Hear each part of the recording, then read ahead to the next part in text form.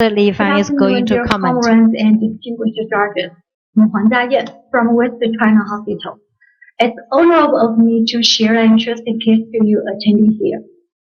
Nowadays, medical cosmetology has been prosperously developed because it's not only limited in medical use but also improves the appearances of people. My topic today reveals some problems underlying this field. Snowstorm in the neck, the cost of beauty. A young lady came to our department with extreme anxiety because she was diagnosed with thyroid cancer with cervical lymph node metastasis. We actually have performed ultrasound examination for this patient in 2019. A hypoechoic and a cystic nodule were detected in the left and right lobes of the thyroid respectively. However, a hyperechoic mass was also found at level 5 of the left neck. According to previous ultrasound examination, the bilateral thyroid nodules were diagnosed as nodular goiter, and the cervical lesion was suspected to be a fat-derived tumor or others. In the present ultrasound examination, no obvious change was detected from the bilateral thyroid nodules.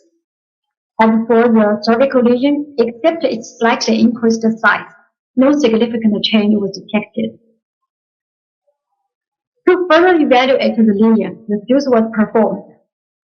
In the arterial phase, there is no obvious hyperenhancement was found from the bilateral thyroid nodules. We meticulously analyzed the fuse features of the cervical lesion.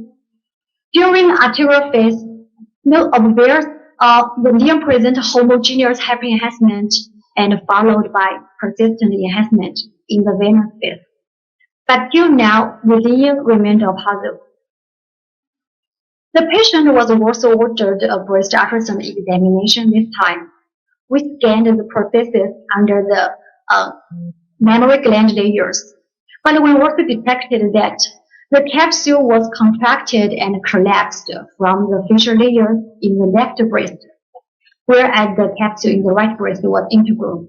Here we were informed that the patient underwent a breast prosthesis implantation years ago.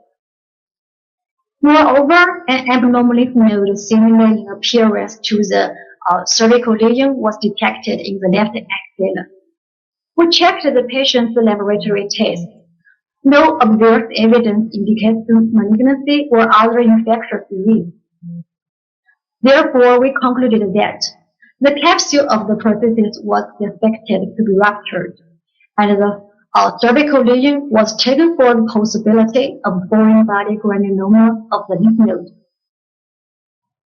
Simultaneously, we performed a corneal biopsy under the guidance of ultrasound, and the silicon lymphadenopathy was proved by pathology. Here, I will give you a brief interpretation of how this occurred. In a microscopic perspective, the capsule of the prosthesis was ruptured after the implantation. The silicon particles leaks into the interstitial spaces and then be swallowed by macrophages. The cells transfer the particles through the lymph ducts into the lymph node, where the granuloma formed. This pathological change reflects as snowstorm sign in grayscale ultrasound. I make a comparison between the silicon lymphadenopathy and other lymphadenopathies. It is difficult to distinguish metastatic lymph node, lymphoma, and TB. However, a silicon lymphadenopathy typically presents a snowstorm sign, which is easy to be recognized in grayscale ultrasound. On these images, the metastatic lymph node typically present inhomogeneous hyperenhancement in the arterial phase and followed by washout in the venous phase. But generally speaking, the fuse appearance of a lymphoma might be more variable, which depends on the pathological type. For example, the T-cell lymphoma may present intense homogeneous hyperenhancement, whereas the B-cell lymphoma may present perfusion defect. As for TB, the fuse appearance depends on the disease process. The calcification, necrosis, or the fibrosis might result in heterogeneous enhancement factor. As in our case, the silicon lymphadenopathy typically present homogeneous hyperenhancement in the arterial phase and followed by persistent enhancement in the venous phase. Herein to sum up, when evaluated by contrast enhanced ultrasound, the silicon lymphadenopathy typically present homogeneous hyperenhancement in the arterial phase and followed by persistent enhancement in the venous phase without internal necrosis. But it might be more valuable to refer to the snowstorm site in glacial ultrasound, as well as the history of glacial silicon processes inflammation. This is a straightforward disease, whereas which can also be very confused, especially for those young practitioners. But I have the confidence that we won't miss it when you encounter the snowstorm site in your future practice. That's all. Thank you. If you have any question, please do not hesitate to contact me. Thank you. Thank you, Dr. Huang Jiayan, for your presentation. Now we invite Professor Li Fan to comment and ask questions. Thanks, Dr. Huang, who bring us a very interesting case. I'm sure that all the doctors here are impressed by this case. And next time when we see such lesions, we will know how to diagnose. My question is that, what do you think about the specificity of CUS in diagnosing lymph node diseases?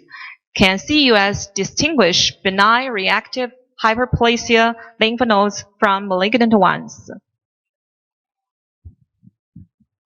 You mean that the value that contrast enhanced ultrasound performed for the diagnosis of benign or malignant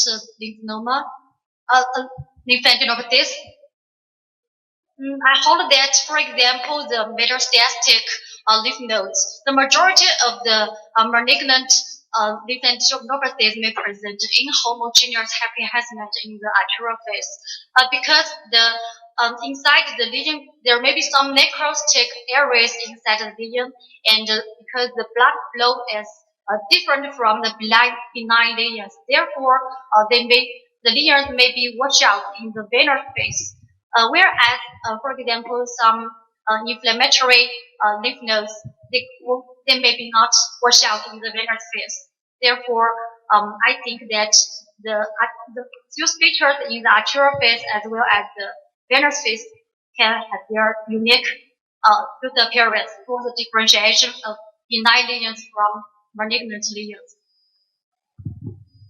Thank you, Dr.